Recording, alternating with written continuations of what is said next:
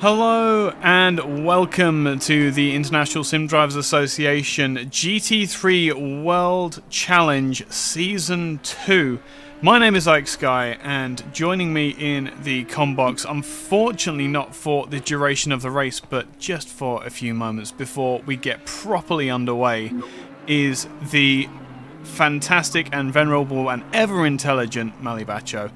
Mali, as the man, one of the men behind the scenes of this season of Assetto Corsa Competizione racing, what were your ideas? What were you thinking coming into this season, and what are your hopes for this season? We're in a wet Zandvoort to start the season, so you have high expectations of the drivers.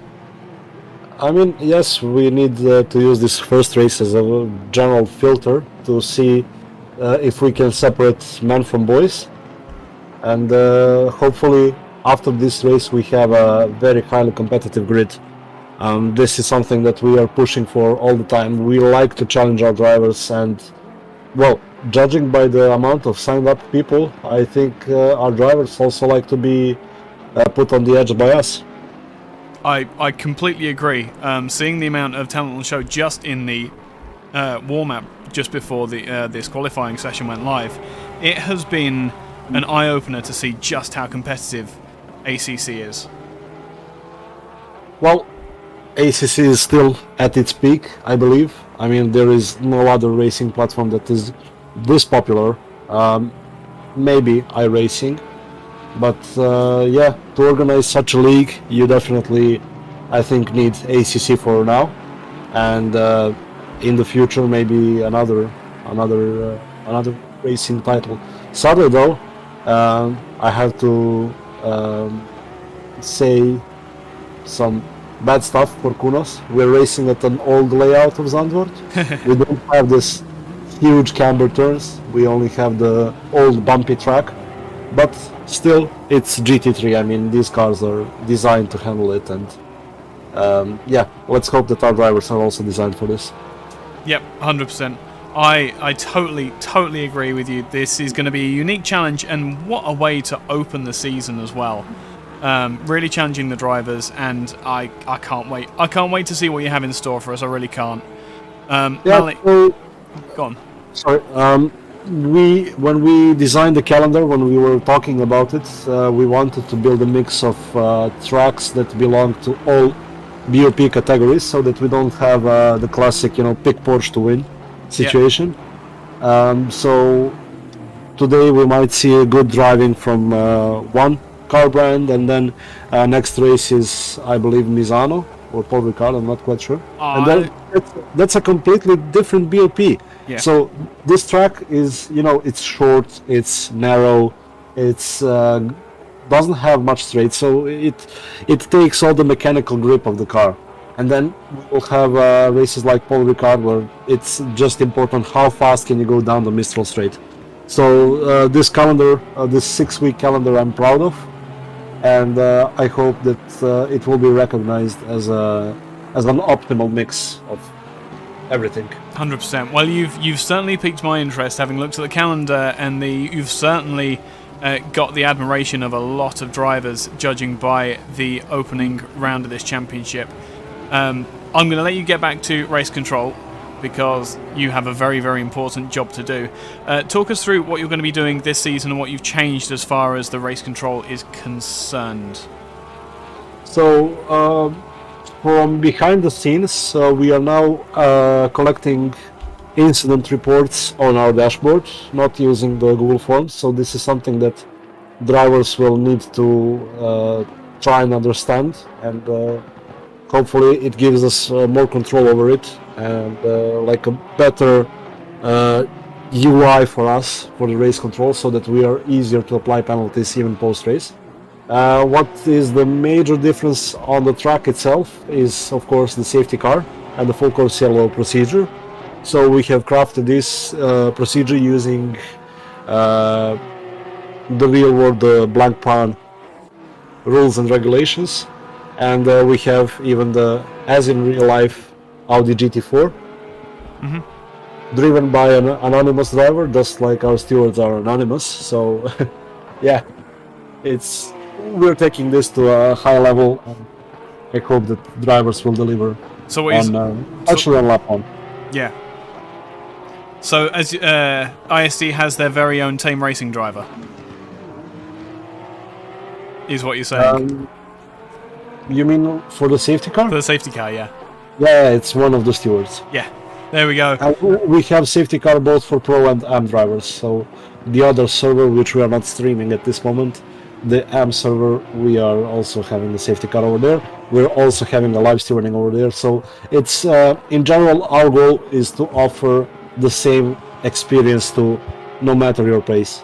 So if we by next season have 4 servers at once, we will try to organize live steering for everyone at the same time.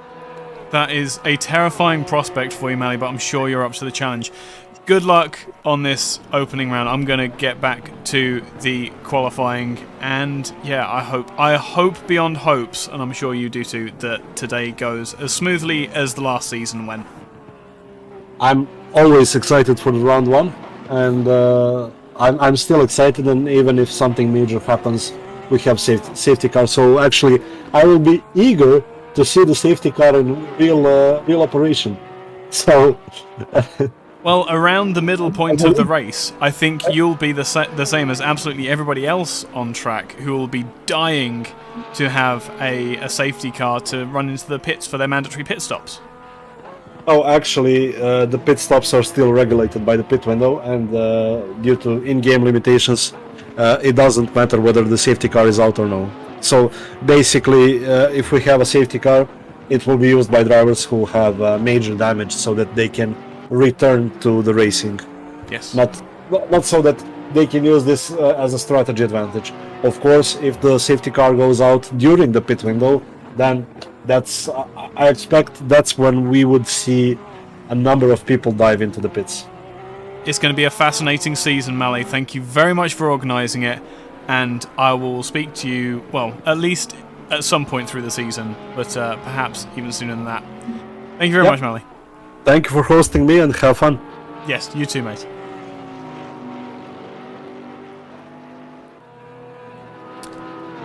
So, let us get into the meat and potatoes of this absolutely insane Season 2 that we are looking forward to. Ty Martin in the chat, it is still possible to sign up for this league. Absolutely. Just go to the ISDA dashboard, link in the video description, and we will hopefully see you on track soon. The drivers at the top of the timing screens at the moment, the Porsches are leading the way. Pirate Racing, if I am remembering my teammates, unless of course they have changed it, which would be very rude of them. They are still the Pirate Racing boys, Romano Berenic and Filip Borovic, leading the way at the moment with 3 tenths between them. Really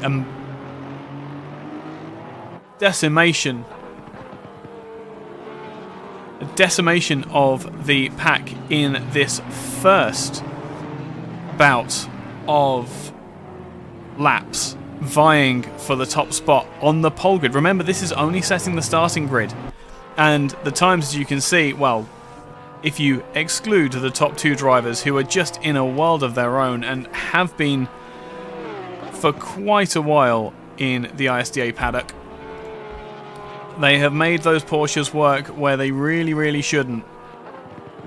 But they are leading the way at the moment. Third at this point in time is a new name in Maciej Hyla in the 213 Audi. The McLaren of Abhishek Jha rejoining from the tail end of Season 1 to take up the second spot on the second row of the grid.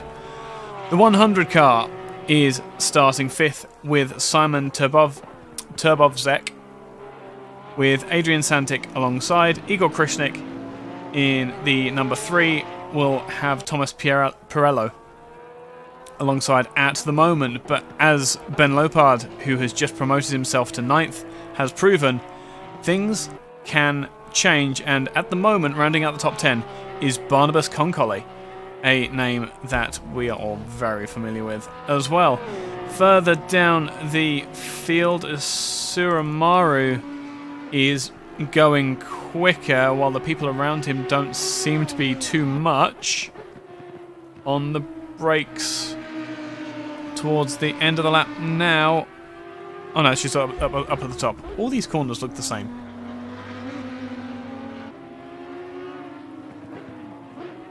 As what was that threw it off in the background? That was the 213 of Hyla getting it all very, very wrong, and now he's mucked up my little game. Maru apparently is on a hot one on this particular occasion. There we go. And has something left to prove. Meanwhile, Maru's lost timeout in the second sector. And we'll try and reclaim all of that in the final one as we come around these sweeping right-handers to finish out the lap.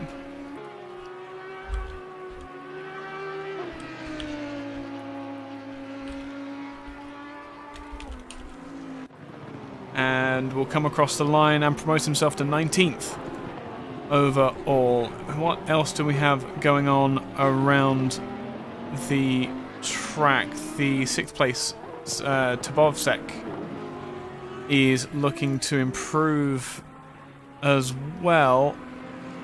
A bit of a gap to Minton in the 75 Bentley. Ooh, Bentley for Minton this season. That's a bit of a change, but a welcome one nonetheless to see that 75 car in another glorious British manufacturing colour and badge.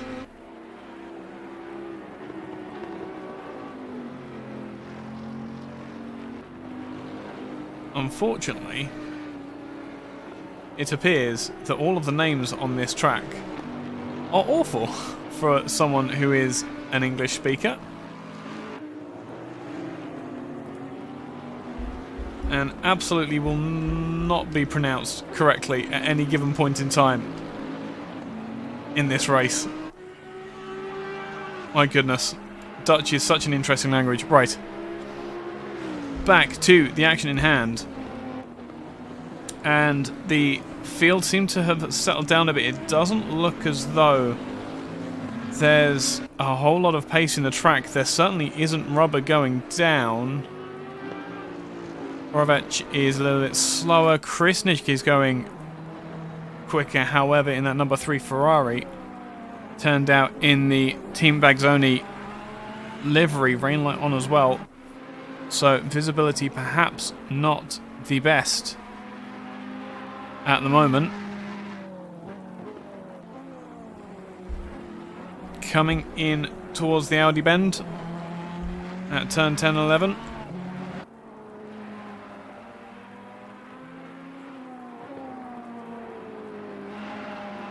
And then up towards the final part of the lap. He is 2/10 up at the moment, as are the two drivers behind, however.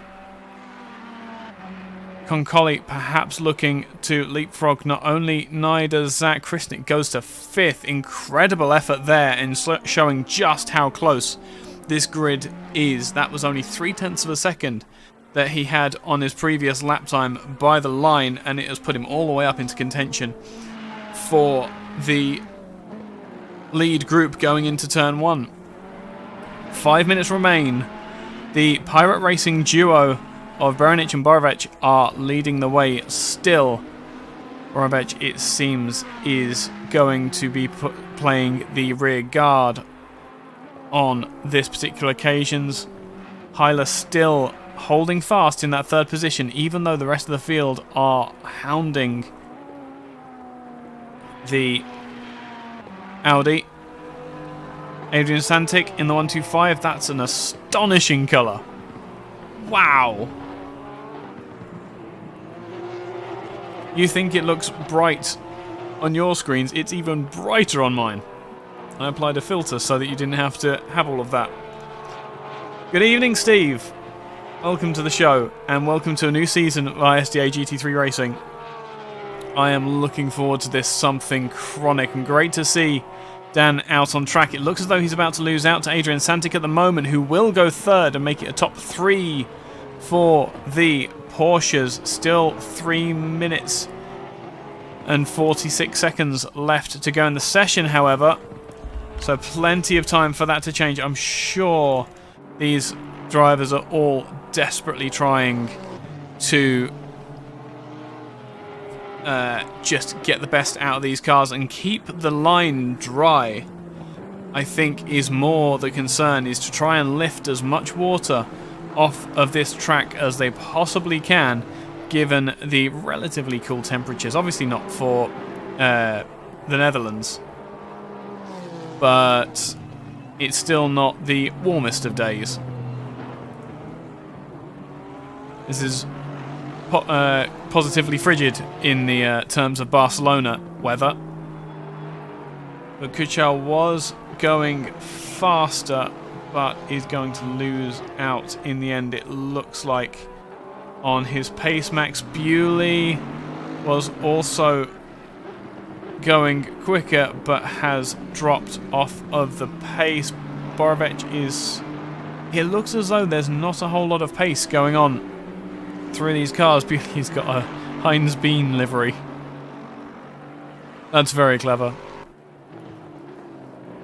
The beauty of the 4K textures that Assetto Corsa Competizione affords us, representing ISDA there as well. And did I see a Lamborghini there pulling out, or is that a Ferrari? No, it's McLaren. Ah, we have Abhishek Jha, who has not shared his livery with the rest of the class, and so will be... Ah, here we go. Now we get under 2 minutes to go, and the drivers really are starting to pull the pin. The lower half of the top 50, the top 20 are really starting to improve their times. I wonder if they are running around together. As 24 is going to abandon.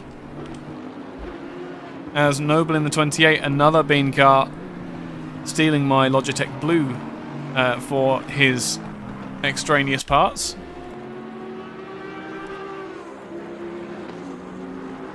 It looks as though, as much as there is the majority of the field out on track at the moment, there is not a whole lot of pace to be gained. This rain is coming down a little bit too heavy to be able to offer any kind of benefit to those drivers staying out on these tyres.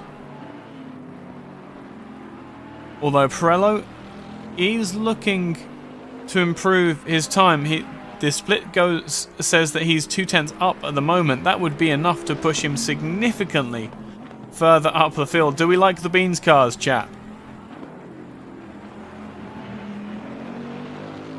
Incredibly consistent from Pirello. Just lost a little bit of time along that straight, and that's all it needs, is to lose the grip ever so slightly for a second, and then coming up onto the start-finish straight. Will he progress any further? No, he will not. Just slightly slower in the end, but coming into turn 1 yet again, he is significantly faster than he has been before, so he is losing it through the rest of the circuit. Noble, meanwhile, as the session comes to a close and we start to see checkered flags coming out, Dan Minton will start 8th for the time being. Oh, Noble getting it all wrong in the Audi complex. Tadic in the 84 Ferrari is going to do his fastest time, if it's a relevant one. Yes, and he will push himself to 22nd position. Maciej Haya will come out onto the start-finish straight in just a second. 0.3 of a second up. This could be the difference between where he's at the moment and the second row of the grid. Could even be the first row. Just misses out by 0.3 on the... He's beansed it. Good grief. Oh, man. Edo Cops. It looks as though the rain is just pulling away ever so slightly and drying up for the end of the session. And we'll go no faster. That will have been a invalid lap of some description. The 11th place Ben Lopard will abscond to the pits. And that is the end of the first qualifying session for Season 2 of the GT3 World Challenge. And in the wet, says Marcus Lawrence. I totally agree with you. What a challenge to be starting off this season with.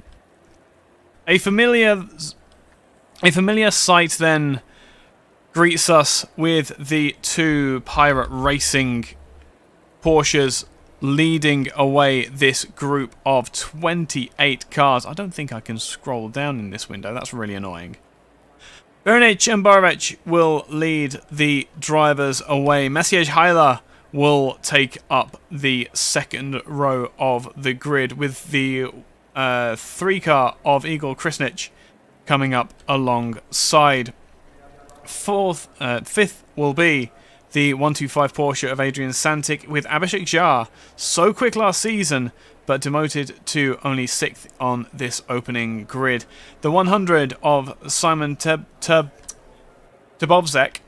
will start 7th with the local boy Dan Minton in 8th. 9th will be Barnabas Concoli with Naida Zak in the 89 Ferrari starting 10th. 11th will be Ben Lopard in the 30 Bentley, and the 712 of Thomas Perello will start in 12th. 13th will be Matej Miktik in a 3rd Pirate Racing car, with Leon Verlich in the 44s. The 74 of Dejan Jokic in that 44 car will start in 15th. 16th, Relic in 15th, Jokic in 16th, Dekuze will start in 17th, 18th will be Andrei Kusha, Lukasz Roshpal will start the 111 car in 19th, 20th will be Ollie Charles in that 63 Aston Martin, Max Bewley will start in 21st in the 24 car. These numbers are all very, very, very strange and similar. The 84 of Sanel Tadic will start in 22nd. The 101 of Dan Babic will start in 23rd. 24th will be Asura Maru. 25th will be Jamie Noble. 26th will be Rock Cops. I'm hoping that I'm pronouncing that right, just off your screen, unfortunately. And 27th will be the Lexus of Edo Cops. An astounding grid filled with the most exceptional talent and obviously our wonderful safety car to hopefully abscond to the pits in the very nicest possible way. We hopefully won't be seeing much of that bright yellow Audi as we watch the pack pull away for the first time this season. The Reds' lights remain red over the gantry as the drivers proceed on their warm-up lap. It's going to be a very interesting warm-up lap too, because in these wet conditions you want to be taking as little out of the tyres as you possibly can.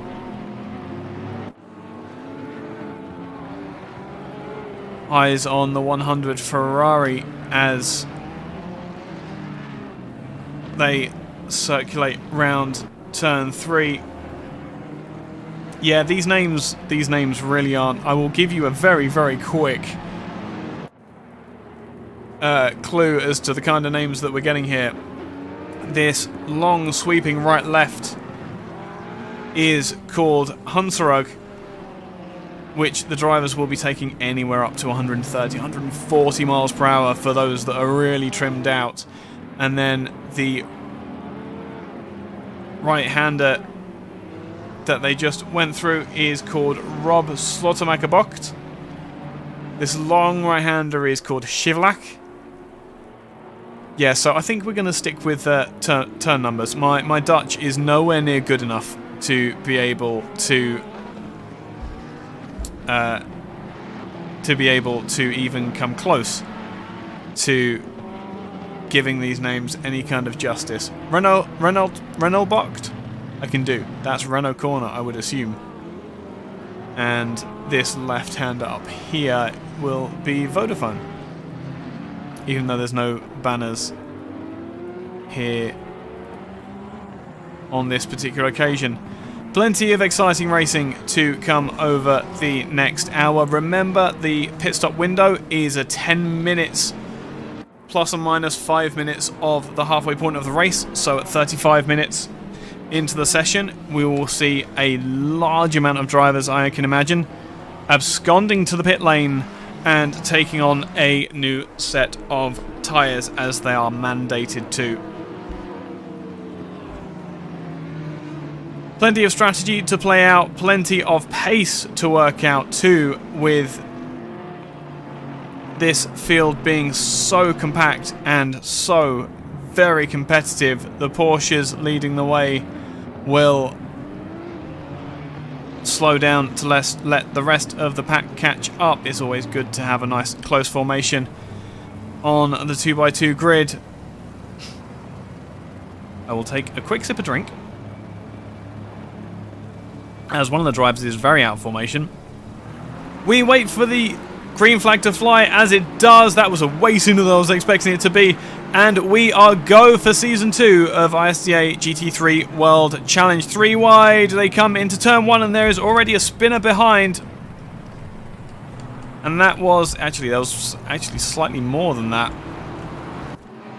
as the Aston will rejoin in the rear. What a awful mess to be caught up in the early stage of the race. Look at how congested they are coming through turn 3. At the top of the field, just wait for all of the split times to sort themselves out. There we go. That will be the last time they do that this race. The first real gap is behind the 89 car, and Minton is giving himself a little bit of space as well. Lots of work for a lot of drivers to do at this point in time, but all of the drivers down here absolutely separated by hairs. This is insane. Where on earth do you look in these early stages of the race? Let's go with the 25 McLaren coming into the Audi arena, let's call it. And out towards the end of the lap. First laps will be completed in just a second, and we will be able to see just how scary, as Heiler has made his way to second past the 22 car of Borovec. Borovec is going to have a quick look up the inside coming down into turn 1, but nothing is going to happen there. Santic will not have a look either. What else is going on? This is prime location into turn 1 to get passes done. I do believe that is Kuchar on the defensive, as behind him Alexis tries to go around the outside. Won't make it happen. There will be some extra speed coming off there, but the Beans car behind of Bewley now very much in the hunt.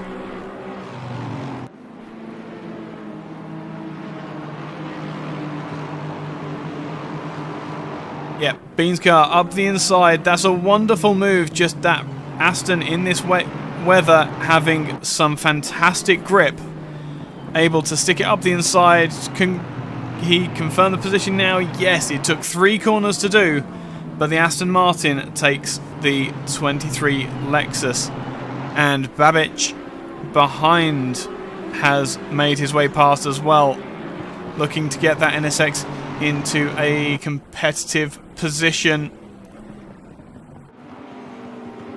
Bentley of Dan Minton looking on the back of the 100 of Tabovzek. Can he make a difference? Going into turn 1, runs out, uses all of the track and just a little bit more. Let's jump on board with the Bentley boy.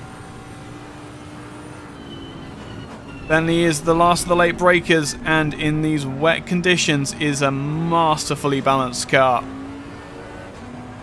Just lacks the overall speed to really compete on the regular, but this fight, now we start to find out where the stopper is in this bottle, and it is neither Zach in the 89,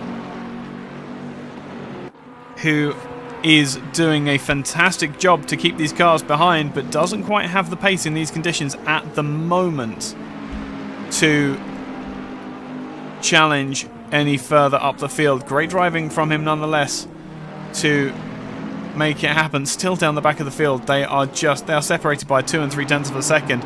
Now the 23 Lexus tries to come back at the 24. The 24 will go defensive on the inside. 23 goes back to the racing line.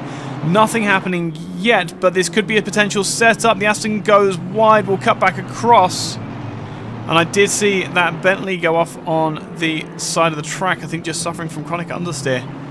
In that bright pink Bentley, that would be Pirello in these difficult conditions. Don't blame him at all for that one.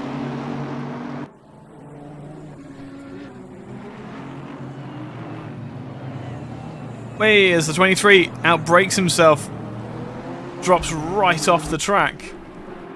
Will he rejoin in a safe manner? Oh, maybe not. Unfortunately, having to go between. This is race control. Lap 1, turn 1 incident under review. Lap 1, turn 1 under review. Over. For all that I talk about the stuff that I've been talking about, that really scared me for a second then. Oh my goodness, that was terrifying. Mally, I love you. You have a very, very scary voice when you're not expecting it. Back to this fight over 7th through to 10th. Still separated by a short bungee cord. 2 Ferraris and 2 Bentleys trying to make the most of their progress. Or make the most of their cars. It looks as though Zach might have got that 89 Ferrari back underneath him, as he's pulling just the tiniest of gaps to Tabovzek. At the head of the field, however, the Pirate Racing Porsche leads by 2.5-ish seconds. Here we go, the 75 car going defensive, makes a little bit of contact with the Bentley of Lopard behind. I don't know how much of that was intentionally. Now with a relatively complicated rejoin. Lots of work to do. D'Couza now leading Lopard. And now D'Couza, who was a demon in the NSX at times, able to see Dan Minton up ahead. See if he can make some progress up to the back of the car. It looks as though in the next half hour it's going to start getting wetter though. Borovecchi's going slightly faster than he has done. Look at how close Lopard is on the back of that 80 Bentley. This is going to give Minton a little bit of fresh air behind him and allow him to focus forward, see if he can go and catch that 100 Ferrari in these early stages of the race. It's almost 10 minutes gone. It feels like it's only been a lap. That's mad. Absolutely mental. It has been chaotic, and this is what we love. This super clean racing between drivers who respect each other. 80 runs super wide. D'Couza getting it all wrong just after I was singing his praises. Curse of the commentator ring true as the 96 car goes around the outside. That's a real challenge.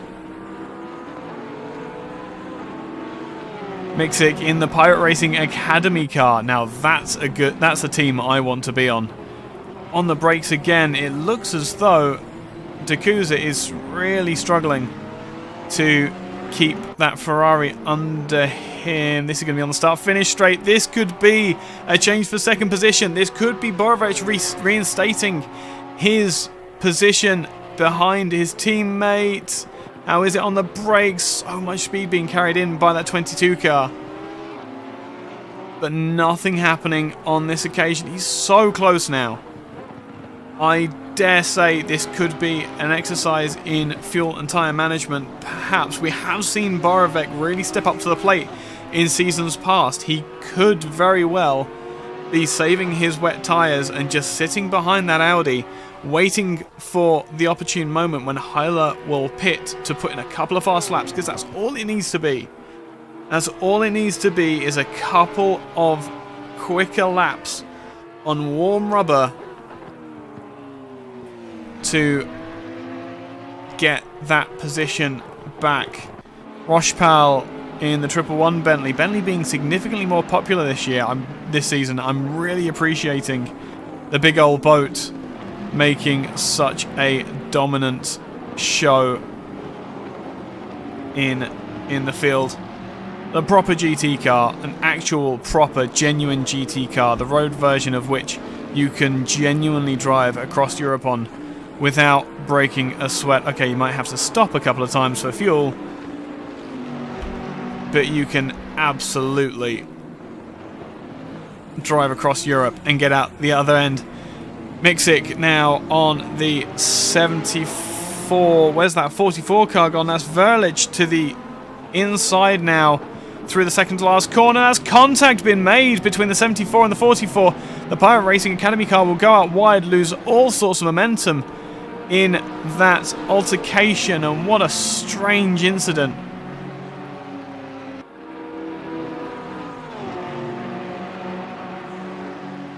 As the cat is put fairly firmly amongst the pigeons, 44 stays out wide because he couldn't get in.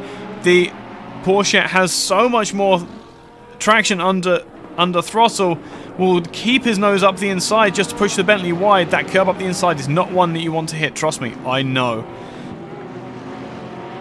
But now what can the 96 car do? This is race control. Car number 44 gets a drive-through penalty for causing a collision. Drive-through for car number 44, over. 44, the driver who recently had another altercation as well. I wonder if that was for turn 1. I'll tell you what, we could actually have a look at that. Just make sure nothing else that's absolutely insane is going to be going on. Coming on to the, oh, here we go, the 96. Looking to the outside, makes the 111 car go defensive. Let's get the top-down view of how close these cars are getting.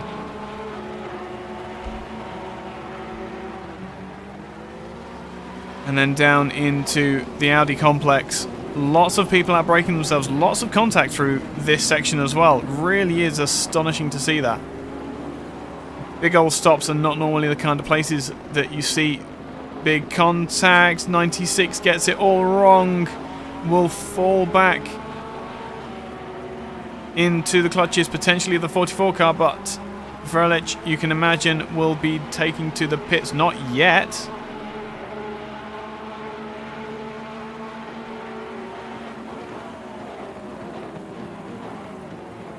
But plenty of, I tell you what, because we can jump to our first replay of the season, and I don't know what it is about, I've not had this issue with any of the other lobbies that I've been joining. I don't know what's going on here.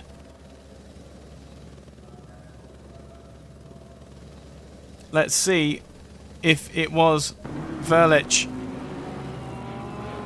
who was the cause of the consternation into turn 1. He tries to go 3 wide, and that's what that was. A little bit too much patience, a little bit too little patience, a little bit too much of trying to get up the field. as Minton seems to have fallen back as well now in that 75 Bentley. Back down to 9th position.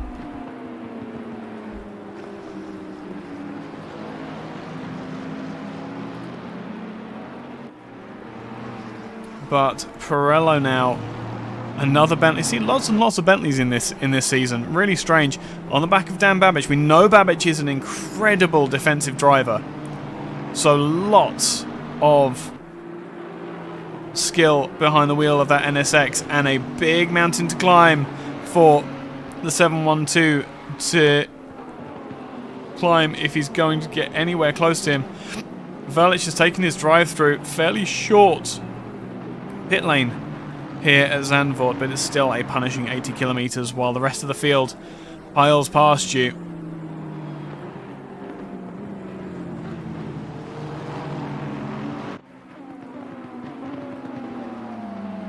'25 car now on the back of Nida Zak.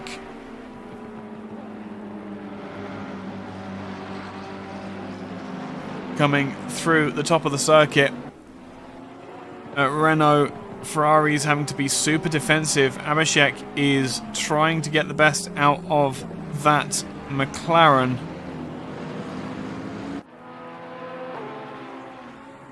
But his pace is so much slower. But in the draft of Zak,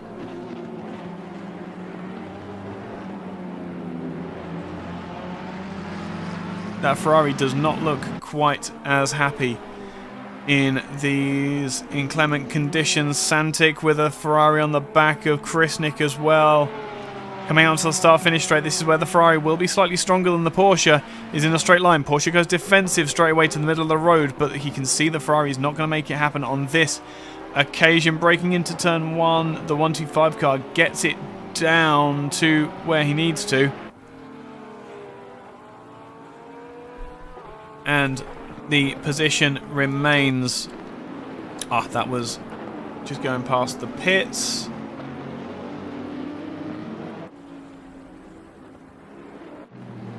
Oh, this is a move. This is a 712 car. Just couldn't be held back by the 101. Nice clean out braking maneuver into turn 1. That would have been set up a corner or two before, and now he has some clear air. What can that Bentley do?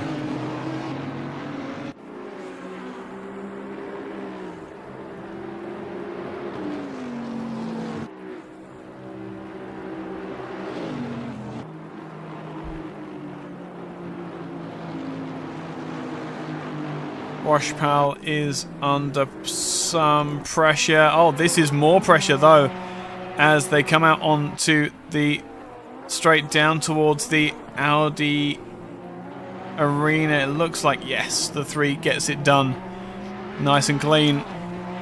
I have a feeling that was a long time coming as well. Lots of very, very careful, calculated and disciplined moves as the 125 gets it all wrong in the background.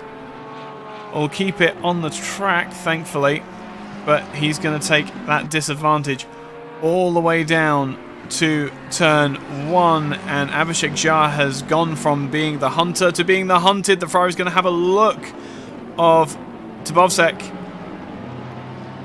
but it's not going to. This is race control. Car number 84 gets a drive-through for causing a collision in lap 1, turn 1. Drive-through for car number 84. Over. 84, a drive-through. Then how will that affect the standings? That is Tadic, who is further down the field. Race controller will now investigate incident between cars number 84 and 28 in lap 6, turn 1. Oh.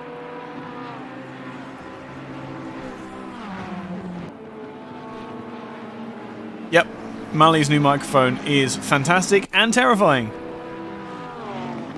So the 96 still on the back end of the 111 Bentley, trying to find a way past that incident on the penultimate corner. Really has scuppered the pace of Mixic, it looks like. I don't think there was actually any contact. It was purely Oh, here we go. This is good. This is good tactics from Mixic. Took a wide line, a late apex to get the throttle down. He could possibly, if it wasn't a Bentley, he had every opportunity to try and to make a dive into the Audi arena there. But against a Bentley, no one wins. Astonishingly good in a straight line as Mixic gets it all wrong. We cut to the slightly further up the road as we have a 4-car battle over 7th. Still, neither Zach has conceded to Bobsek, but is desperate to get the position back. All of the lights are on the front of that 89 Ferrari. Beautifully turned out Ferrari, by the way. Absolutely awesome livery from Nida Zach, and Minton stuck just up behind is waiting for any kind of mistake, like perhaps running wide at turn 6. A very dogged line from Nida, but we know that's how he likes to drive. The 30s looking up the inside of the 75. They make contact as they were side by side, and that was a very robust move by Lopard, I'm pretty sure. This is race control. Car number 63 gets a drive-through for causing a collision. Drive-through penalty for car number 63 for causing a collision in lap 6, turn 1. Lots of drive-throughs in this first session. I'm not overly surprised. It's very difficult driving conditions.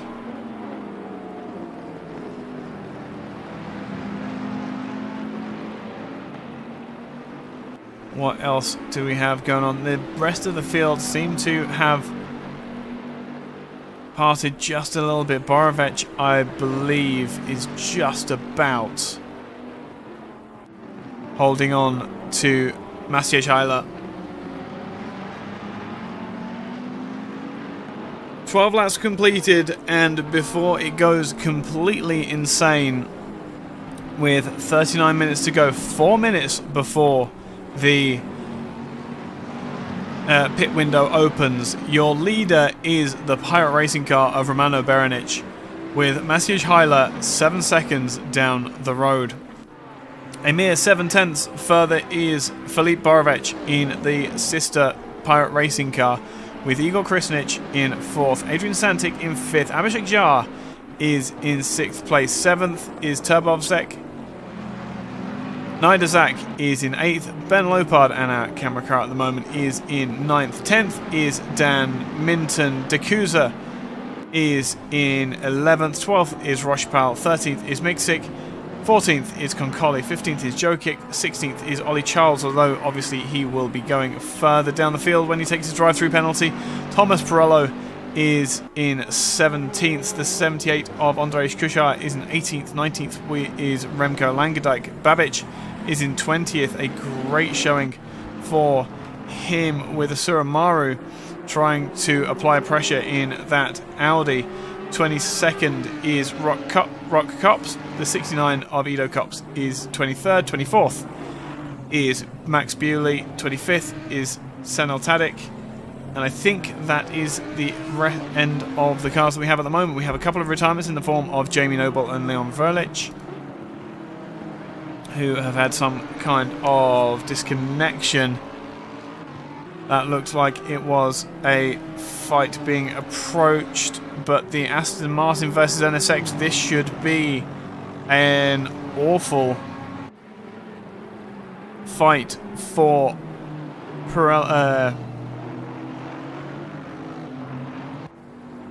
the NSX of Kuchar to fight again. We know how good Andrzej is. Andre. I will get his name right at one point. Takes the wide line that we saw the Formula 1 cars taking and will extend a gap going up the back straight. Unfortunately, that Aston Martin is even quicker in a straight line than the NSX. What else do we have going on? Concoli is pressuring Rochepal. Santic and Abhishek Jara still tied together by a short bungee cord. But this is, I think, the most interesting fight. The NSX is a woefully out of BOP car when compared to the Aston Martin, and coming out of the long left-hander at Vodafone, there's no way for the NSX to get any kind of advantage there. Impressive to keep that 78 car in front, as Remco searches in vain for an opportunity to pass the 78 car. 52 seconds to go until the pit window opens, and I guarantee this is going to create a fight and a half. Mixic still stuck on the back of the 74 Ferrari for 14th and 15th. This is race control. Lap 8, turn 13 incident between cars number 44 and 74 will be investigated after the race.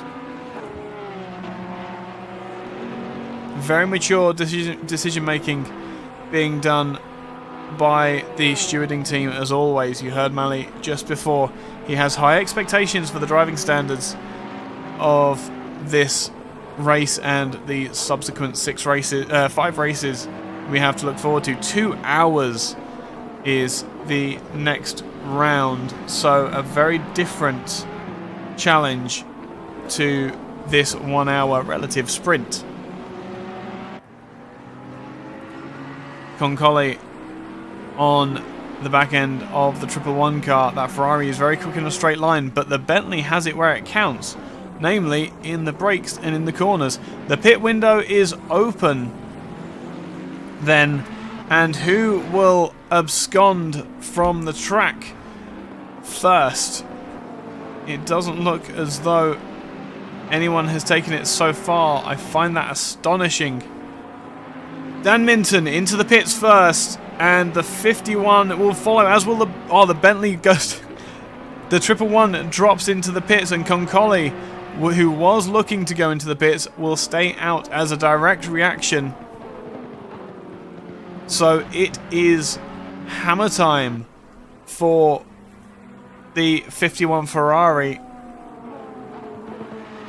And while it's about to get very, very messy on the timing screens, let's do my favourite thing, which is to jump on board with a Porsche GT3 car and just enjoy the noise of that straight cut gearbox for a few seconds. And it gives you a rest from my annoying voice as well. Big old switch of the Ferrari. Right, silence we are doing for the rest of the lap, and then we'll take you on a very quick tour of this Zandvoort circuit.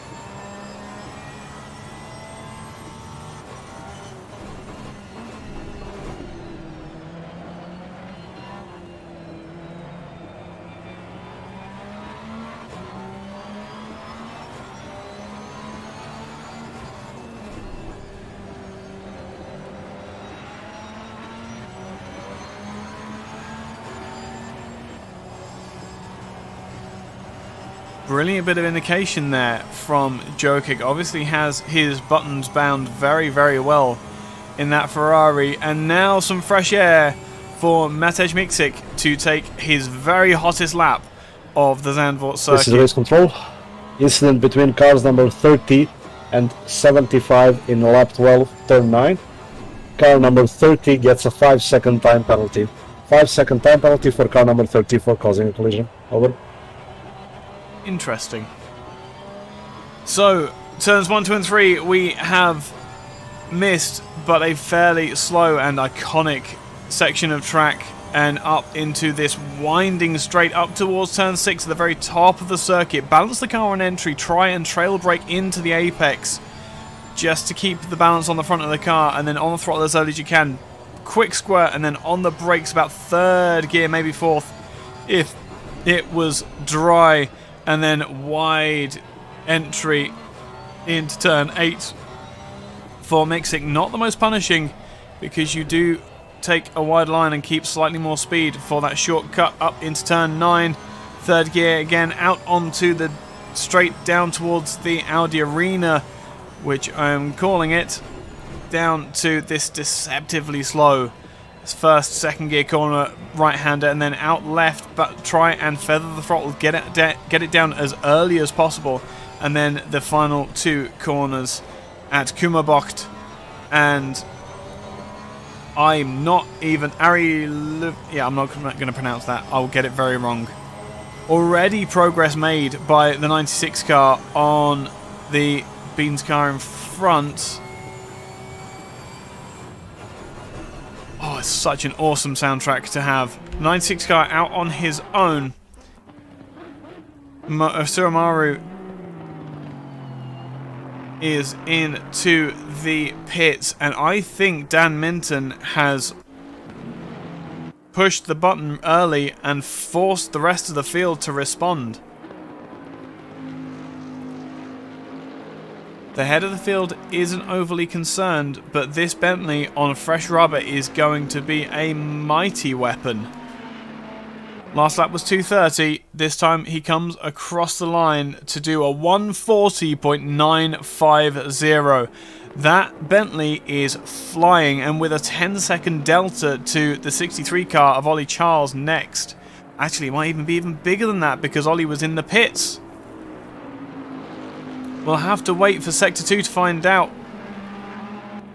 what has happened. Neither Zach is out of the pit and is behind. Significantly behind Dan Minton. So Neither Zach, who was in the fight with Minton just a couple of laps ago,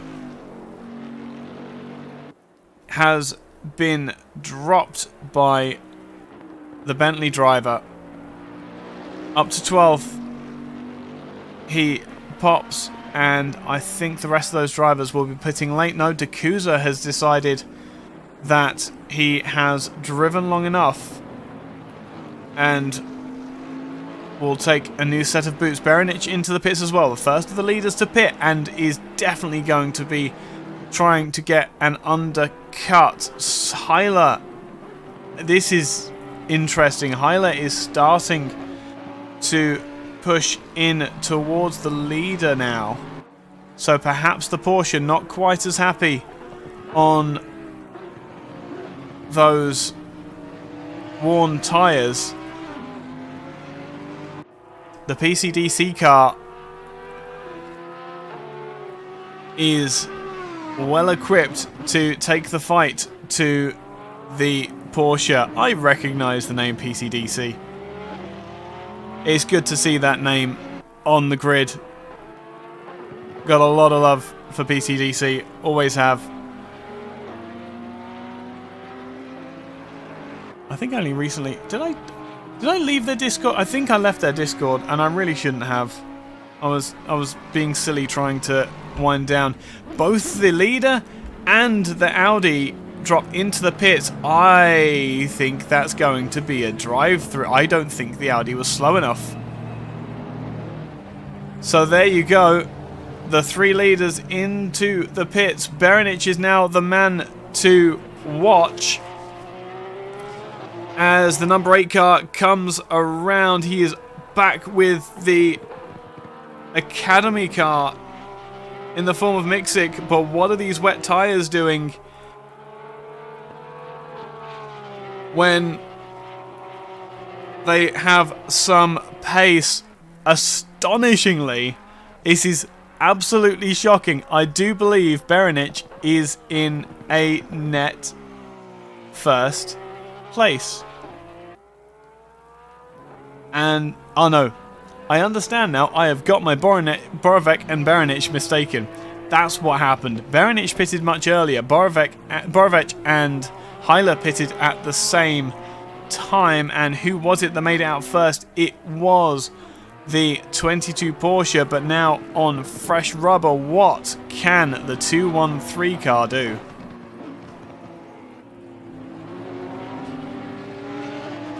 One minute 36 remain. This is going to get very close. There's going to be so Miksic into the pits, Tadic into the pits. We have Concoli, Lopard, and Turbovzek leading the way. This is going to have to be the lap that Simon pits, as well as Ben Lopard and Barnabas Concoli.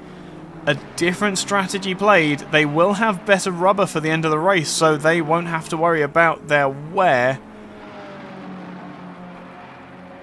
Into the pits comes the 100 car. The number 30 will run out to the curb and follow suit, and Barnabas Concoli will come around the final corner. Doesn't go anywhere near the racing line, but will get on the brakes. And into the pits he comes comfortably. Looks as though the Audi did get down to the speed limit in time, which is great to see. Berenic in a world of his own now. Who was that came out behind? That was Tadic, who will be a lap down to the leader, or a further lap down. What's going on here? It's still the battle over second position. The PTDC of Maciej Heiler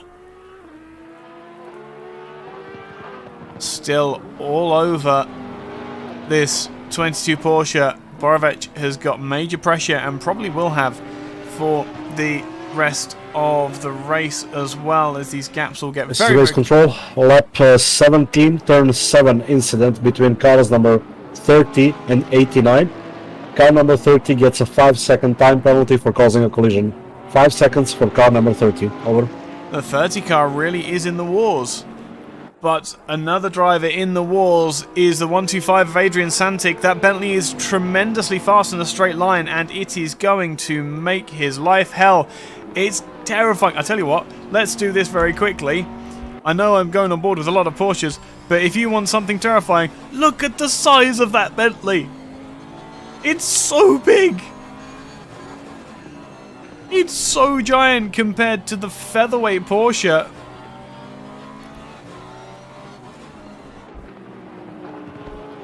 But this is the battle for 5th position. Heiler is still not able to make any inroads into the 0.8 of a second, roughly, that Borovic has.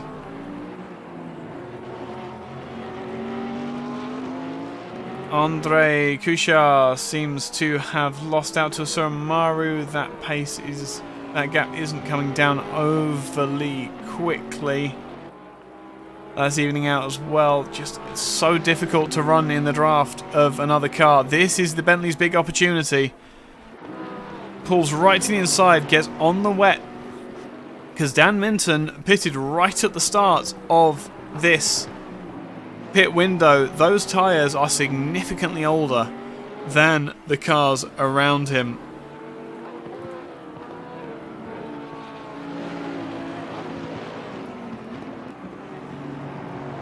Through turn 3 they come, back out.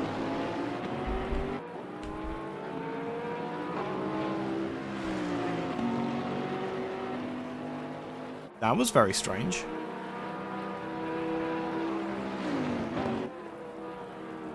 I wonder what happened there. Anyway.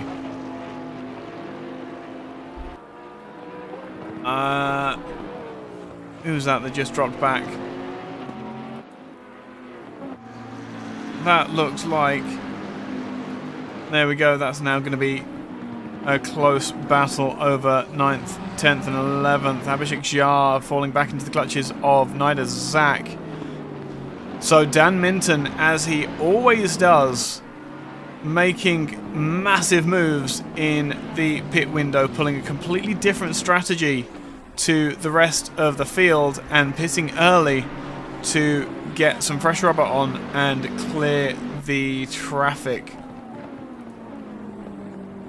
Great strategy call by Minton. He really is bit of a king when it comes to that. Asurumaru still on the back of Edo Kops further down the field. Audi is as spry as it always is with its change of direction, just loses out, I dare say, to the Lexus in a straight line.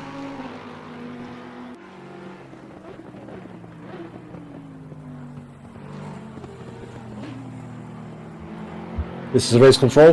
Lap 21, turn 9, incident between cars number 30 and 89. 5-second time penalty for car number 89 for causing a collision.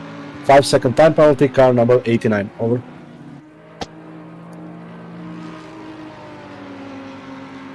We could have a look at those incidents, but I believe there's way too much going on track to be able to do that. Babic and Kushar, the two teammates, it looks like. Yes, it is. Running a line astern in 20th and 21st. Good pairing, obviously, in those two Hondas. Looking like they are going to be under pressure from Ollie Charles in the next little while. What else is going on, however? Pirello with Rochepal just ahead. Coming down into the Audi arena. Rochepal has a lot to gain from the closing stages of the race, as Nidazak and Lopard both have 5-second penalties. If he can stay within reach of those two cars, then that could be a 10th position. Why is the 30 car going into the pits? I wonder if that is some confusion from the number 30 Bentley. Nevertheless, he is going to fall way further down the field. Joe Kick, that split time is giving us an indication of something which it is not. And that was because Lopard was going through the pits. That's what that was.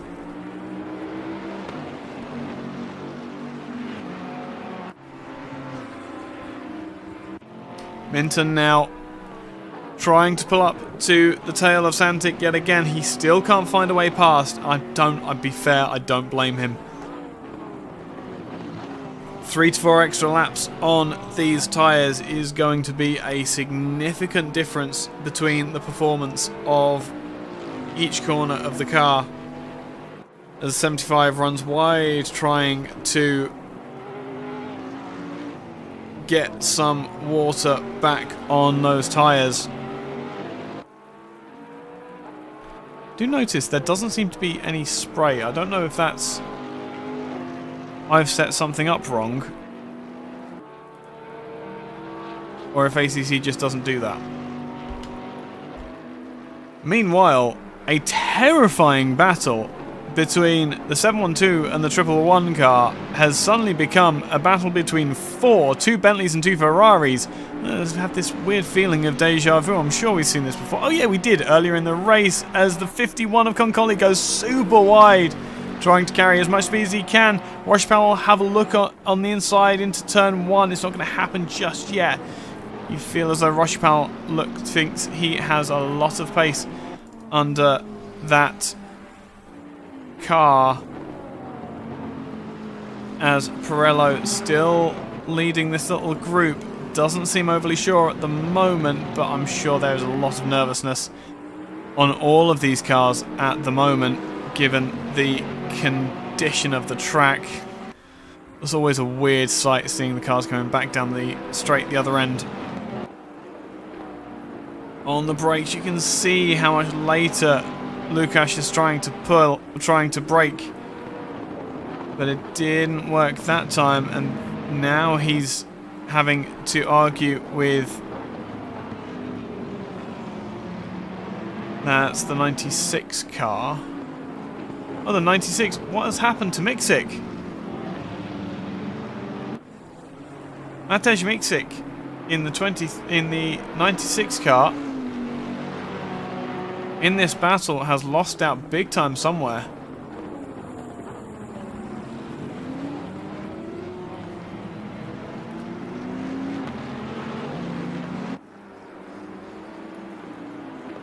But what will... and that will drop Jokic off the back of this battle as well. Big ol' wiggle for the 51 car again. Spears off into the gravel on the outside. Minor hit on the wall. This is the kind of thing that the redevelopment of the track was for. Will he go into the pit? No, but he will have to concede to Langendijk. It looks like... no, he just managed to keep that 14th position. As I think Lopard has given up at a guess.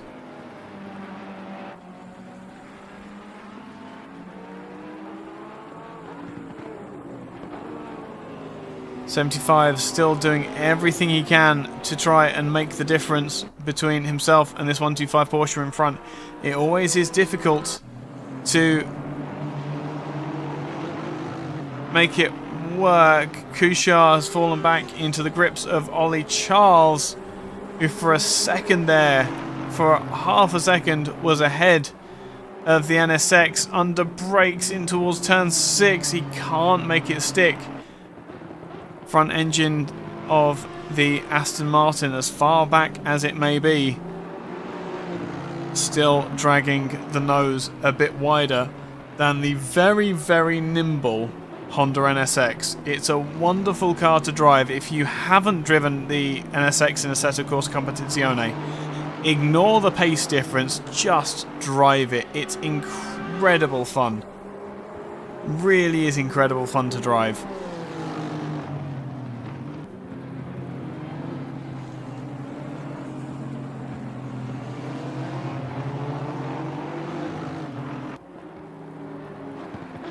What else do we have going on around the field? Aston Martin, it looks so confident under braking. The Aston looks so settled. Big old wiggle for the 78 car.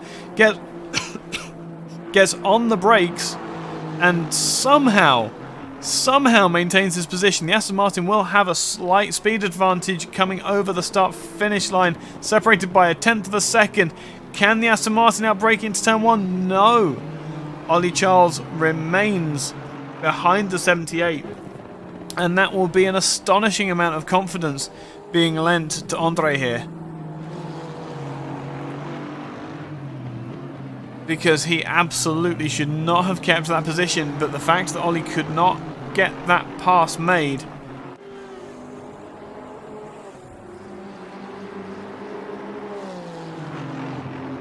will make him feel a little bit better about his own pace. Same camera almost for Maru in the 5 car, trying to hunt down Edo Cups in the 69 Lexus.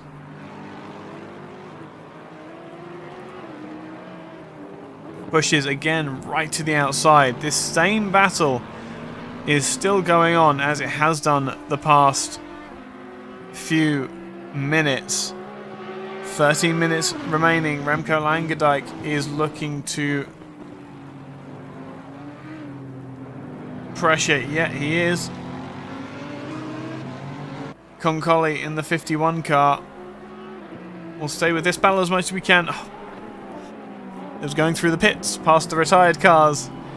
It mucked up the gap, but that 51 car is taking an interesting line. Concoli in the Ferrari taking a very wide line to try and maintain the speed, not even worrying about blocking really.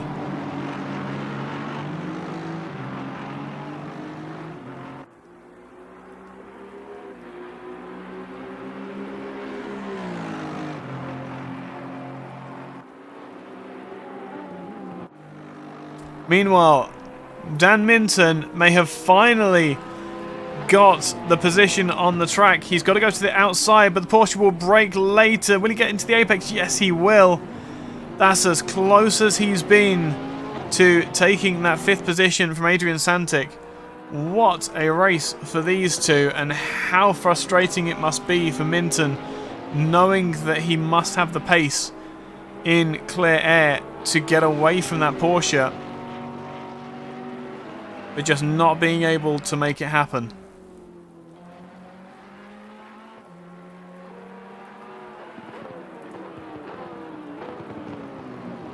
And into turn 1 they come, line astern as they were. Babic is still pressuring Kops. Nida Zak looks as though... See, this is a really difficult battle now. Nida Zak needs to make as much position as he can. Abhishek Jha doesn't really need to play with Nida Zak at all. I have just noticed that Ferrari's got the carbon texture on. I think.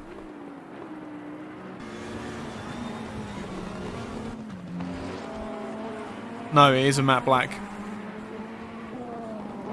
Yeah. That's a shame. To have that yellow on the bare carbon fibre would be a beautiful livery. Really would be.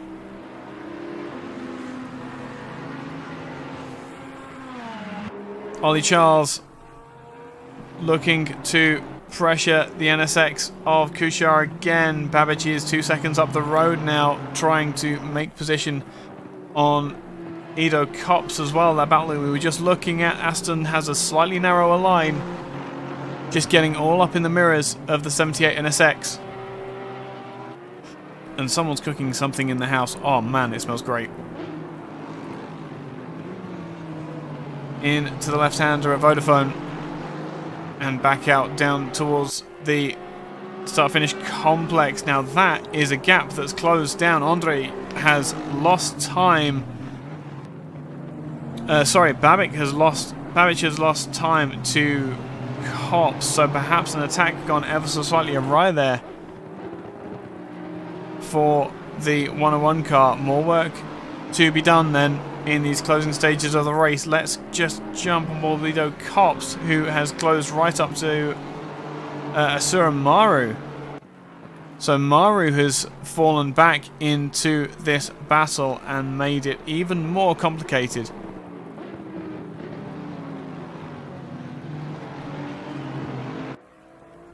As 8 minutes remain, who is going to make their car work best? 69 goes wide through turn 2. It's not an issue. These guys are all attached by a short bungee cord at this point. Coming out up towards the top of the circuit. Babic now looking around. Where is the 6-9 weak?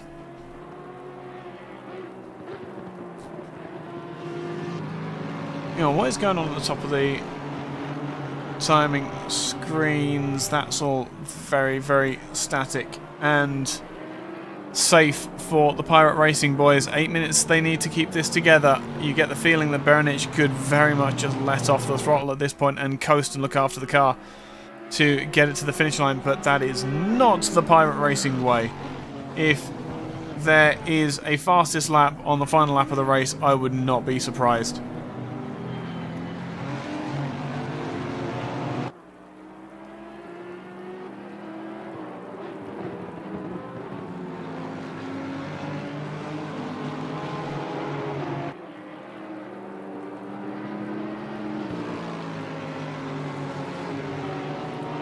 Oh, here we go. The Lexus has the drive off of the final corner. Maru goes to the inside to go defensive. I don't think he really needs to. No, he doesn't.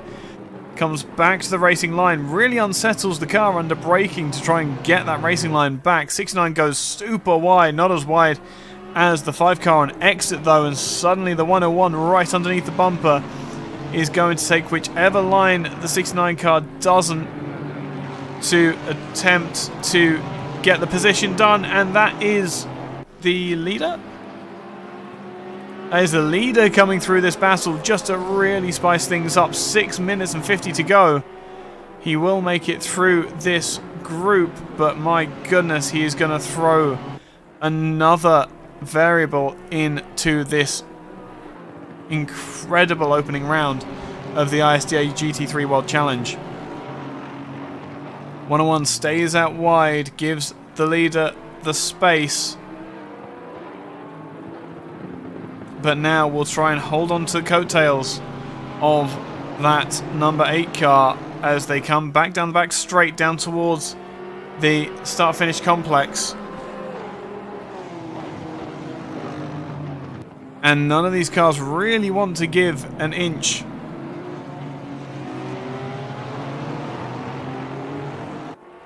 To anyone, including the leader.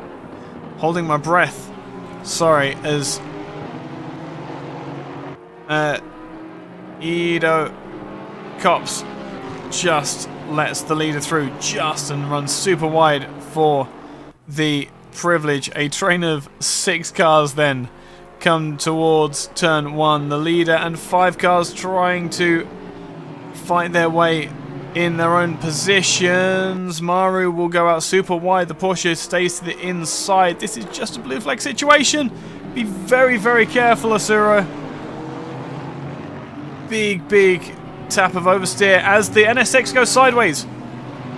Babic gets all crossed up in turn 3, and that drops, I believe, his teammate trying to get out of the way in avoidance. Andre Kushar into trouble with the 63 of Ollie Charles.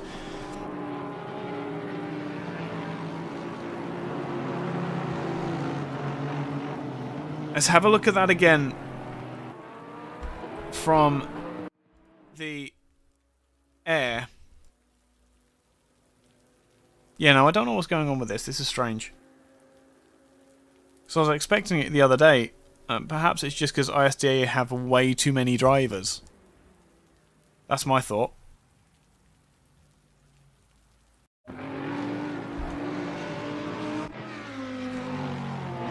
So, which is the man to keep an eye on here? There we go. So, from the air here into the King. There we go. Oh, it was a tap from his teammate as the 78 got his braking all wrong. No harm, no foul. It was Kuchar that was hung out to dry, but just got his braking all wrong in that particular instance. A lap later, and the 63 car is looking to progress past the NSX as well of the 101 of Babic.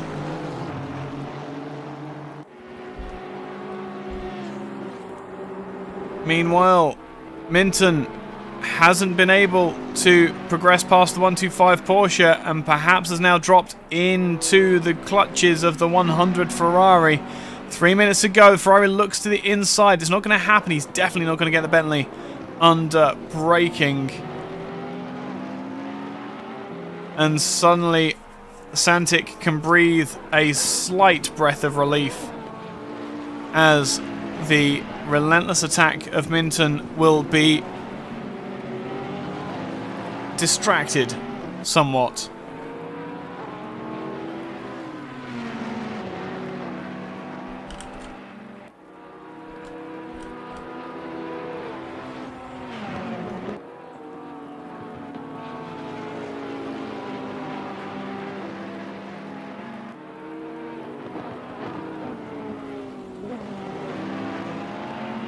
But so quickly does it change. And suddenly, Minton has a lot of work to do. He's a professional racing driver, so absolutely this is fully within his repertoire to be able to cope with. But my goodness, what a challenge.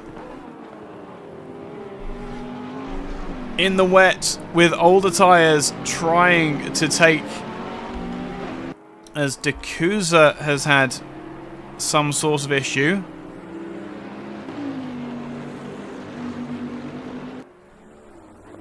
Looking like he is falling away. Santic has just about got the gap. This is race control, lap 35, turn 8 incident between cars number 25 and 80 under investigation. Cars number 25 and 80 under investigation. So that was a very recent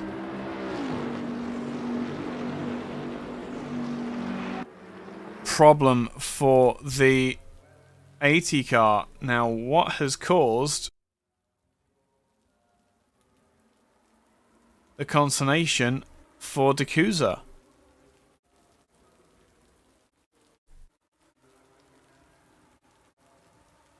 Yeah, this is really strange. There we go. Right. Where is the 80 car? And this is very, very recent that he was in. Oh, here we go. What is it that's going to cause the issue? Oh, just the slightest of overlaps. And trying to... That's very difficult. Very difficult to call. I don't envy the stewards whatsoever in that one. I really don't. Because that's going to be an awful one to have to call.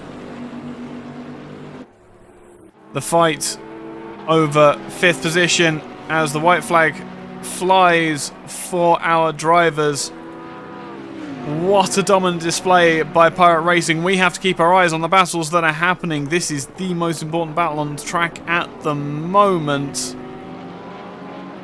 But I dare say I don't think Minton quite has the life in the tyres to be able to play ball like that. Down the other end of the field, however, Cops has taken Maru finally, and that Audi drops down a position. Kuchar has dropped back. Where's Andre? He is around. That was not the button I meant to press. How very, very interesting. Berenic comes across the line. A flawless drive from start to finish. And what a way to open the second season of ISDA than with a dominant display like that. Fireworks going off in the background as Borovic comes to the line and makes it a Pirate Racing 1-2. Extraordinary driving and a valiant effort by Maciej Heiler to keep that Audi in contention. Battled around the rest of the field. Pirello still on the back of the 80 car of Dakuza. Santic and Minton will come. This is race control. Incident between cars number 25 and 80. Car number 25 receives a 15-second time penalty for causing a collision. 15-second time penalty for car number 25. Over. Across the line will come Krisnich off camera. Adrian Santic will hold off the attentions of not only Dan Minton, but also Simon Tabovsek.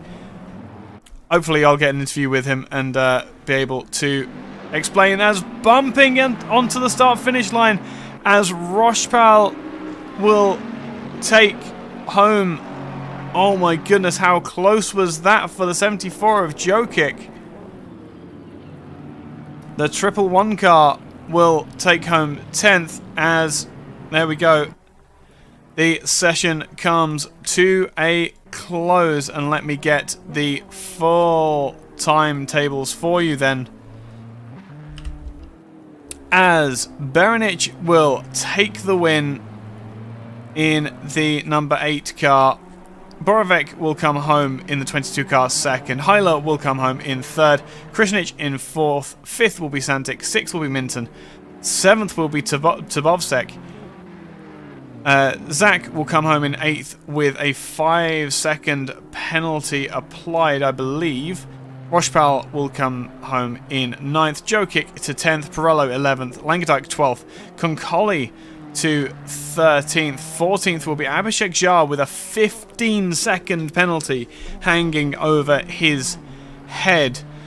Dakuza will come home in 15th. 16th will be 16th and 17th will be the Copses.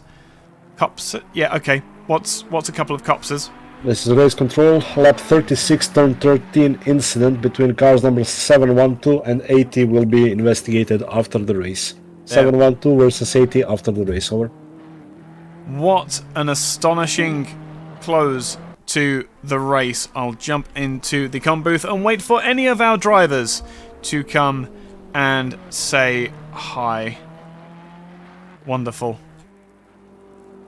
The Cops brothers, then Maru in that R8, so well driven for so long to keep so much pressure behind him, will lead from Babik in 19th, Ollie Charles in 20th, Kuchar in 21st, 22nd will be Tadic, Miksik in 23rd. In that Pirate Racing Junior team, Bewley in 24th, 25th will be Lopard, Verlich in 26th and 27th. And rounding out the field will be Jamie Noble. I will leave that on your screens for the time being, as we have nobody waiting for interview, which is frankly disappointing.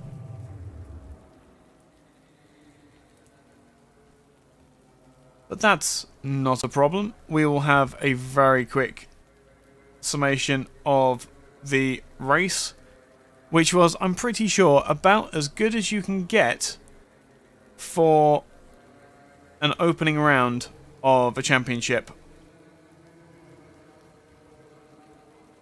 Oh, no one's going to come and say hi.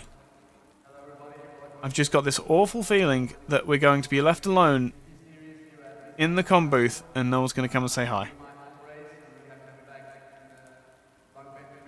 Which is a great shame, because I thoroughly remember having so much fun over the past few seasons.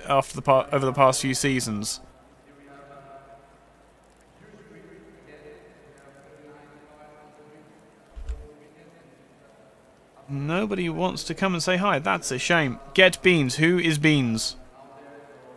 If you come to the ready to interview room, I will talk to you.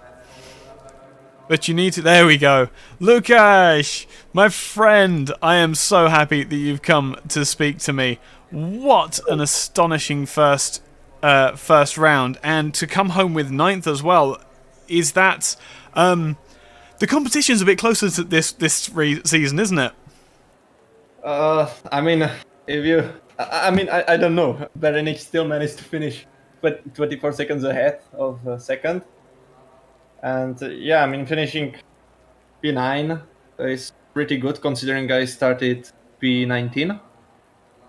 But yeah, it was a painful race because the Bentley just isn't really good in the wet, and I made a mistake in the setup that I made the ride height on the rear. Oh no! Very high. Ah. And that it was painful because I was sliding in every single corner and I felt like the slowest person on the track. Well, you obviously weren't, because that 111 car, I mean, you were... well, we saw the Dijan, and it was Jokic. Dijan... Who was it? The 74 and the 712. Coming out of the final corner. Yeah. It was so close between you three. Talk us through that firstly. You mean the last lap? Yeah, last lap. What on earth happened there? I almost panicked because I thought I saw the one Bentley going for the move. The one Bentley that was ahead of me. And I was like, okay, maybe I can do something with this. And I saw they crashed suddenly. But they blocked the whole road, and especially the left side. And I was coming from the left, and I had to go over the track. Mm-hmm. And I was afraid that Jokic was going to overtake me, but that didn't happen. So And No. also, I think the McLaren also had 15-second penalty, so I was P12, 2 corners to go, and finished P9. So Just yeah, to pretty good. just to give you or all of those watching an idea of just how competitive this is. Yeah, you're looking at 12th going into the final corner, and you come out 9th. What an evening of racing! That's pretty good. And so a couple of lessons perhaps to walk away from and prepare for the next round. Sadly, I won't be attending at the next round because I'll be at work.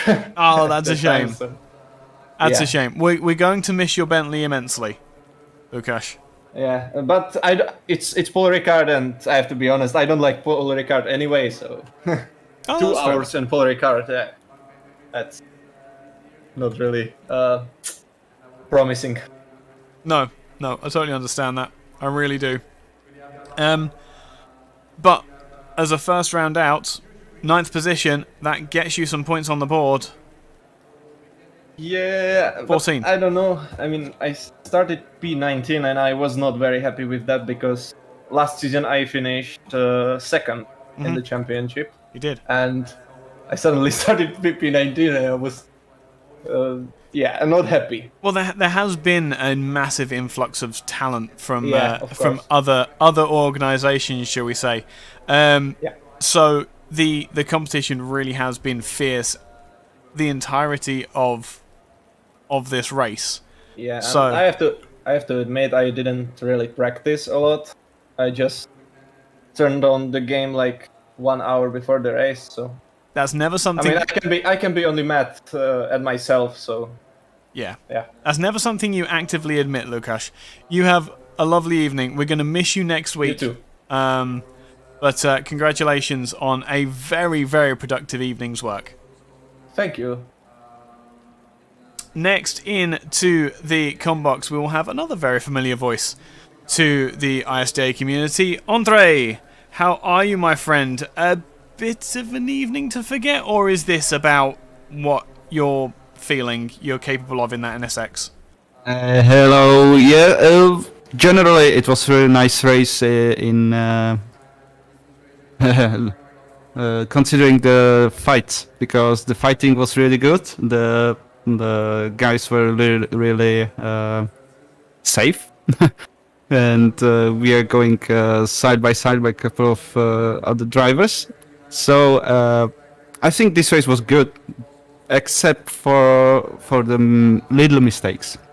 On this track, a little mistake will cause you to go off track and lose a lot of time, which happened to me twice or 3 times. So I think it's me not being used to the car yet. Mm-hmm. So I think we can do a lot better. Maybe even if I wouldn't do the mistakes, I could be somewhere around the top 10 or something like that. I know it sounds ambitious, but well, no, the thing that, and I was saying this during the race as well. The problem with the NSX is it's so far out of the balance of performance. It's so much slower, just in a straight line, that you're going to be fighting an uphill battle the entire time. So, put it this way: that you're in this tier is an absolute commendation of your skills as a driver. And if you manage to get that Honda to any kind of top 10 finish, I will be utterly astounded. Because that Hondas are not that fast. They really aren't. Well, on the straights, I didn't observe that I would be losing any time to other cars. Actually, it was really good. It was not. Well, the other guys were not catching up with me on the straights unless I would have a bad exit. Well, that's the thing, isn't it? Is that Yeah. you have to be getting the good exit, otherwise it goes all wrong for you. Yeah, I was fighting a bit with the TC settings because on too much traction control I would be slow. It would be cutting too much. But only 1 point lower, and I was sliding all over the place. So yeah, it sounds as though you were having some setup issues. Nonetheless, A 1 second, sorry, got that very wrong. Well, nonetheless, a very, very very productive evening's work, and next week 2 hours of Paul Ricard. We feel like the NSX can be stronger there. It could be, yeah. I think it's a better track for this car. I hope I will make it next week, though. I hope that you will as well, my dude. It's always a pleasure to see you out on track. It's great. Your driving is always inspirational, and I really wish that I can emulate it. Thank you so much. Andre, as always, it's wonderful to have you in the com box. It's wonderful to see you out on track, and well, hopefully, all of fingers and toes are crossed for you to be able to see you out next week. Yeah. So, thank you. It's nice being here as always. Yeah, it's lovely to hear your voice, mate. You have a lovely evening, and I'll speak to you next time. You too. So yeah. I think that's about all we're going to get as far as the drivers are concerned. Ollie Wilson in YouTube chat. Yeah. If the drivers want to come and have an interview, then they can join the Ready for Interview voice channel, and I'll drag them in to have a conversation with them. It would be excellent to have... Oh, who's B3W?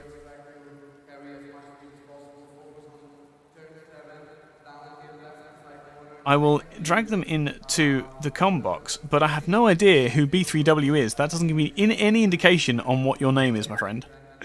My name is Max Bewley. I was car 24. Max!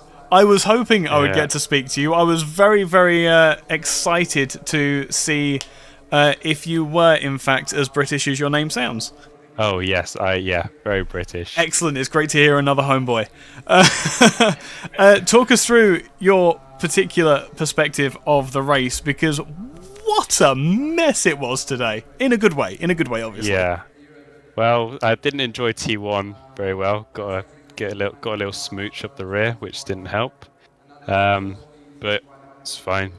Then got to the pit stops and ended up putting dries on, which wasn't the smartest idea I've ever had. Oh no! So I ended up out the back, but I was on pace with the people around me, so I didn't get lapped too many times. It was alright. Nah, that's fair enough. And what do you think of the old Zandvoort layout?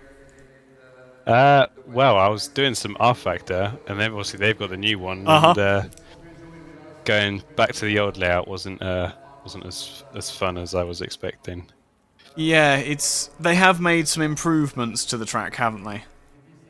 Yeah, definitely. The bankings make it a lot more fun to drive, definitely. Yeah, I totally agree with you. And Kunos, get your finger out and map the new one. If R Factor can do it, so can you. It's ridiculous how R Factor's managed to do it before anybody. It should be ACC. No, I don't know. I like R Factor too. We can have that. We can have that conversation another time, though. We absolutely can. Well, I've got practice for Sebring 12 Hour coming up soon, so I've got lots of work to do. Oh, yeah, that's very fun. Yes. It's not. That's a lie. That's a lie. It's Sebring is hell. It just is. Anyway, back to tonight. No, back to this season. Your first race with ISDA? Yeah, well, we did the Monza 8 hours. All right. And then obviously the evaluation race, and just this first league race, yeah. But you're happy. You think you're fitting in with the community well. You think that everything's gonna be okay. Yeah, hopefully it's all the people seem nice enough at the moment. I don't know what the AM race was like, but. Unfortunately, neither do I. No. We'll both need to find a what was it? Yeah, we both need to find a replay to watch of that. Definitely. I'm sure it was just as entertaining as this tier. I hope so. I hope it is. Kind of disappointing, really. Wouldn't it be fun to have 65 cars running around Zandvoort? Yeah, I was quite an advocate for just stick them all in the same race. I think that would be great. The problem is you can't do that in ACC. They have like a cap. You're too used to R Factor 2, where you just kind of throw 100 cars on a track and it finds a place for them. Yeah, I don't know what the actual limit is on. I think it's 45. ACC. 45. I think it's 45. However, what a ridiculous amount of drivers to have come into an ACC focus league. Yeah, Absolutely yeah. To astonishing. have two splits it seems like obviously it's quite well organized league, but it's still quite small compared to other ones. So I'm surprised it's quite a lot of people. Well, it's only this is like their third proper season. Yeah, I've been involved with since more or less the beginning. Yeah, but it's still a very, very recent creation, and as you say, the community, the feeling of the place, it really is wonderful being here. Yeah, it is a great community so far from what I've seen. Live streaming as well, that makes such a difference to anything else. It really does. Out of interest, were you in the race control room listening? No, I have a few mates who are also racing, so we were all in our own Discord. Get yourself a TeamSpeak server. It's much better. And then you can be in here at the same time. No, if you watch back the video, there are times when Mali makes my heart jump because he just jumps in and is just like, penalty for this car. What? It's terrifying. Absolutely terrifying. Yeah, I would not want that announcement. I would. Yeah, it'd put you off. It'd put you off. Yeah, absolutely. Nonetheless, awesome to have you in. It's great to finally speak to you after all of that racing. Paul Ricard, next, are you going to be up there and fighting? Yeah, well, I have to do a bit more practice, I think, compared to Zandvoort. Maybe I'll make sure I do the right layout this time instead of doing a different track to what's actually on the calendar. Oh Lord. Oh no. Yeah. Okay. Yep, no, the next track is Paul Ricard for a 2-hour endurance, and it's going to be insane. Okay. I think I don't know what. I have no idea what to predict. I really don't. Nonetheless, it's wonderful to talk to you. It's been absolutely brilliant. I'm glad to hear another English voice on the stream, because the sound of my own voice gets a little bit boring sometimes. You have a lovely evening, mate. Oh, and who's that's joined? James? Oh, that's my teammate. Oh, cool. I will drag him in very quickly and be a rose between two thorns. It's the two bean gamers. Ah, the two bean cars. I had a bad race. Terribly British, my friends. Yeah. So unfortunately, we're not as good at the rain as as normal British people are. No. You're about as good in the rain as your average British person. Have you seen British people drive in the rain? Unfortunately, yes. Exactly. So you're about as good as your average British person in the rain. No, a bit of a round one to forget, but you're in the top split. There's a lot of competition. Do you think you can rise to it? Is this going to be the rise of the beans? Oh, fuck. Right. So I finished third in the evaluation race, and so I came into this race expecting better, but then about 7 laps in, my steering wheel fell off my desk, and I just had no pace in the rain at Zandvoort.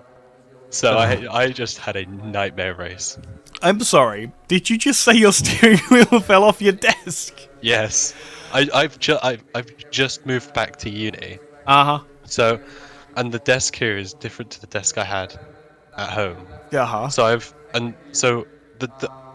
couldn't get a position where my pedals wouldn't either slide away from me or my steering wheel wouldn't attach properly.